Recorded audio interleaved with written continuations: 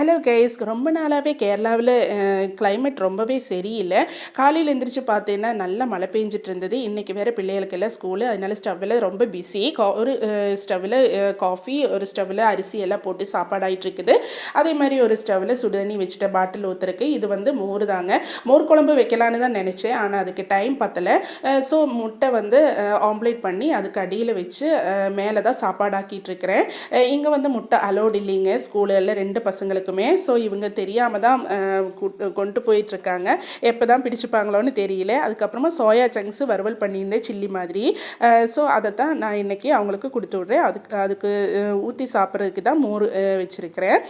So தண்ணி பாட்டில் எல்லாம் ஆக்கி அவங்கள கொண்டு ஸ்கூலில் கொண்டு விட்டுட்டு நேராக எங்கள் அம்மா வீட்டுக்கு போய் ஏதாச்சும் சாப்பிட்லாமேன்னு போனால் அம்மாவும் அப்பாவும் எந்திரிக்கவே இல்லைங்க. ஸோ நான் அவங்களுக்கு காஃபியெல்லாம் வச்சு கொடுத்துட்டு அப்படியே திரும்பி வந்து சரி நம்ம இப்போ ஆர்டினரி மாதிரியே நம்ம